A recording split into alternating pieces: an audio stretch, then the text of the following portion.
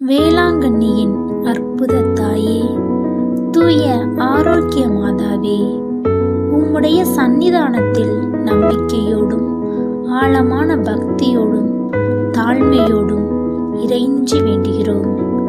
உலகத்தின் துயரங்களை தாங்கி நிற்கும் உமது தாயுள்ளம் எங்களின் ஏக்கங்களையும் கண்ணீரையும் ஒருபோதும் புறக்கணிக்காது என்று உறுதியாக நம்புகிறோம்.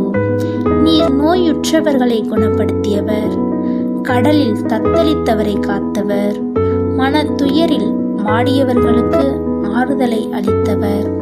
தாயே, கருவறை என்பது இறைவனின் மாபெரும் கொடை, ஓர் உயிர் உருவாகும் உன்னதமான இடம்.